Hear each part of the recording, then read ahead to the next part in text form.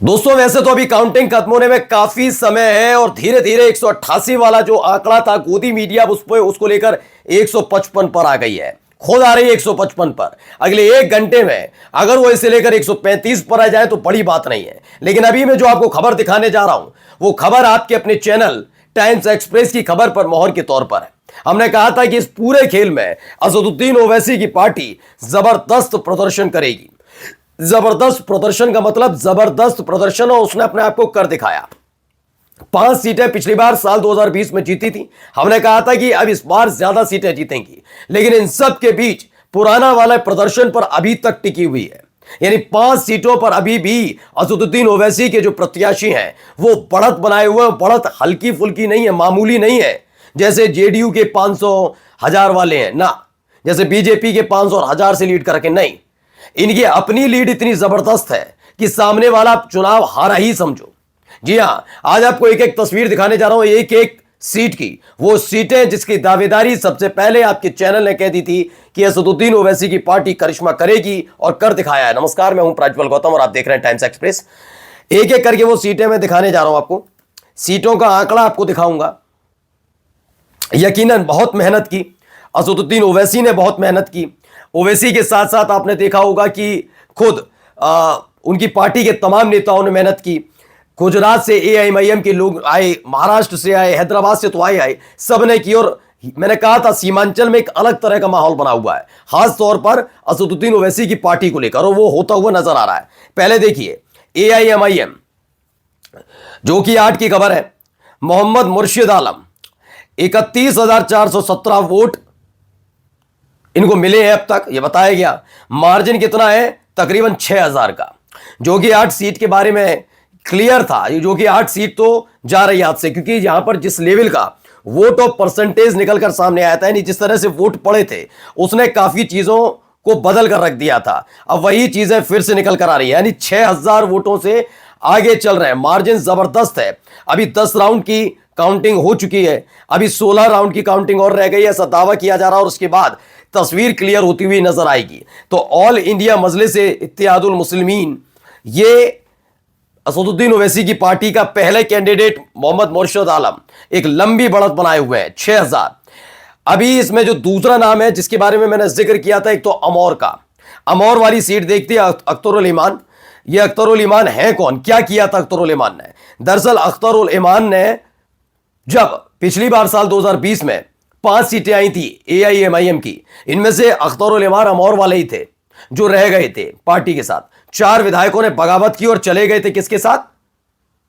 आराम से चले गए कि चले जाते हैं भैया, हमारे कोई काम दाम नहीं है, और चले गए आरजेडी के साथ, जिनमें से 3 को टिकट नहीं दिया आरजेडी ने। फिलहाल उसका तोहफा भी दिया जनता ने। अख्तरुल ईमान सबसे बड़ी बढ़त के साथ है, 43,350 वोट इनके पास है। 43,350 वोट इनको मिले अब तक। 11 राउंड की वोट काउंटिंग हुई है, 27 राउंड की यहां पर होनी है। बढ़त देखिए 17,226 वोटों की। अमौर की जनता ने दिल पूरी तरीके से अपनी मोहब्बत लुटाई है ओवैसी पर भी और अख्तरुल ईमान पर भी। मैंने पहले भी कहा था कि जब आप पार्टी के साथ बने रहते हैं तो आपकी पार्टी के जो मतदाता है वो खास तौर पर इस पर नजर रखते हैं कि क्या वाकई आपने अपनी पार्टी के साथ निभाया, क्या जनता का साथ दिया। ये तमाम चीजों के बारे में देखती है जनता। और देखिए जनता ने जो चुना वो यही है कि अख्तरुल ईमान इस समय सबसे जबरदस्त बढ़त बनाए हुए हैं इन सारे खेलों के बीच। आइए अगली खबर आपको दिखाने जा रहा हूं, इसी से जुड़ी हुई एक और चेहरा। अगला है कोचा धामन से। मैंने कोचा धामन के लिए भी पहले आपको बताया था। कोचा धामन इस बार एआईएमआईएम के लिए सेंटर बना हुआ था। मोहम्मद सरवर आलम है, 46,671 वोट अब तक इन्हें मिले हैं। और यहां पर 22 राउंड में काउंटिंग होगी। 12 राउंड की काउंटिंग हो चुकी है, यानी 10 राउंड की काउंटिंग और रह गई है, और उसके बाद क्लियर होगी तस्वीर। लेकिन उन सब के बीच क्या किया है कोचा धामन में? 16,547, यानी कि अख्तरुल ईमान के बाद सबसे ज्यादा लीड कर रखे हैं उन्होंने, मोहम्मद सरवर आलम ने। यह भी सीट क्यों जरूरी थी कोचा धामन में? अपने आप अपना एक हॉट सेंटर, मतलब होता है ना, हॉटपॉट बना देते हैं, सेंटर बनाकर रख दिया था एआईएमआईएम ने कि हम पूरी तरह से तैयार बैठे हैं। और वो तस्वीरों में भी निकल कर आया, 46,671 वोटों के साथ फिलहाल 16,547 वोटों की बढ़त है। अब सिर्फ 10 राउंड की वोटिंग काउंटिंग रह गई है। अगर 10 राउंड की काउंटिंग में भी यह आंकड़ा बढ़ता हुआ नजर आएगा, ऐसा निकलकर सामने आ रहा है। तो कौन कौन सी सीटें हैं? अभी हमने जोकीहाट आपको बता दी पहली, दूसरी आपको कोचाधामन बता दी, अमौर बता दी। ये 3 बहुत सीटें जरूरी थी। अब आते हैं ठाकुरगंज सीट पर, जिस पर कम रेट पर मार्जिन है, लेकिन फिलहाल यह मार्जिन बढ़ सकता है, माना जा रहा है। ठाकुरगंज सीट भी बहुत महत्वपूर्ण मानी जा रही थी एआईएमआईएम के लिए। अब तक गुलाम हसनैन जो एआईएमआईएम के प्रत्याशी हैं, उनको 32,331 वोट मिल चुके हैं। कितने? 32,331 वोट। ठीक है, 26 राउंड की काउंटिंग होगी, 26 राउंड में पूरी काउंटिंग कंप्लीट होगी, जिसमें से 10 राउंड की कंप्लीट हो चुकी है, यानी 16 राउंड की और काउंटिंग रह गई है।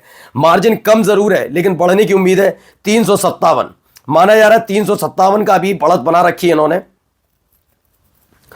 तो ये कुल मिलाकर 4 सीटों में ये बढ़त है। लेकिन एक और सीट है जो अपने आप में बहुत महत्वपूर्ण हो जाती है, बसई। 22 सीट थी, वहां से गुलाम सरवर मैदान में है। 25 राउंड की यहां पर काउंटिंग होगी, यानी काउंटिंग जो कंप्लीट होगी वो 25 राउंड में होगी। लेकिन हो क्या रहा है? 25 राउंड की काउंटिंग में 7 राउंड की काउंटिंग हो चुकी है। कुल मिलाकर 29,201 वोट अब तक असदुद्दीन ओवैसी की पार्टी को मिले हैं, मतलब सर इनको 22 में मिले हैं। गुलाम सरवर को 9,128 वोटों से इन्होंने लीड कर रखा है। यह भी एक खबर है कि 9,128 वोटों से इन्होंने लीड कर रखा है, और अभी भी ये आगे बढ़ने की उम्मीद जताई जा रही है। माना जा रहा है यह आंकड़ा बढ़ेगा और जबरदस्त बढ़ेगा। यह माना जा रहा है बहुत जबरदस्त तरीके से आंकड़ा बढ़ता हुआ नजर आएगा। अगर यह हालात रहे तो स्थिति इस पूरे इलाके में बहुत अच्छी होती हुई नजर आएगी एआईएमआईएम की। कुल मिलाकर पिछला वाला जो इनका अपना था, ये तो मैंने 5 वो दिखाए जो लीड कर गए, यानी जिन्होंने अपने प्रतिद्वंदियों को पीछे छोड़ दिया है। अभी इसके आगे की भी एक कहानी है। कहानी है कि अभी भी 7 सीटों पर एआईएमआईएम टक्कर में चल रही है, और इनमें से ज्यादातर सीटें ऐसी हैं जो जीतने की भी उम्मीद है, जिसमें से ढाका वाली सीट पर सबकी नजर टिकी हुई है। ढाका इसलिए बहुत ज्यादा जरूरी हो जाएगी क्योंकि बीजेपी विधायक के भाई अगर चुनाव लड़े एआईएमआईएम से, दूसरा जो मुस्लिम बाहुल्य इलाका है ढाका, वहां पर अगर मुस्लिम बाहुल्य इलाके में ये चुनाव लड़ने जाते हैं और एआईएमआईएम की टिकट पर चुनाव लड़ते हैं, एक तो मुस्लिम बाहुल हिंदू प्रत्याशी, पार्टी पर आरोप, आप मुस्लिम पर तो तमाम घालमेल करने की कोशिश कभी कांग्रेस ने भी की थी, कभी आरजेडी की तरफ से, तो बीजेपी और एनडीए की तरफ से भी की जा रही थी। लेकिन ढाका सीट पर भी कांटे की टक्कर देखने को मिल रही है। कई और सीटें हैं जहां पर इतनी जबरदस्त टक्कर है जिसको पार पाना बहुत मुश्किल होगा, क्योंकि पूर्णिया की, कटिहार की, अररिया की कई सीटें हैं जहां एआईएमआईएम का प्रभाव न केवल देखा जा रहा बल्कि महसूस किया जा रहा है कि हां अच्छा किया है एआईएमआईएम ने, एक अच्छा बढ़त बनाता हुआ नजर आ रहा है। कुल मिलाकर पिछला वाला अपना रिकॉर्ड बरकरार रखा है। अभी भी वो सब जो कुछ किया गया, आरजेडी में चले गए विधायक, उसके बावजूद भी सीमांचल की जनता ने एआईएमआईएम पर अपना प्यार लुटाया है, जिसकी एक तस्वीर आपके सामने मैंने अभी रख दी है। कई और तस्वीरें भी आएंगी, वो भी आपके सामने रखूंगा। नमस्कार।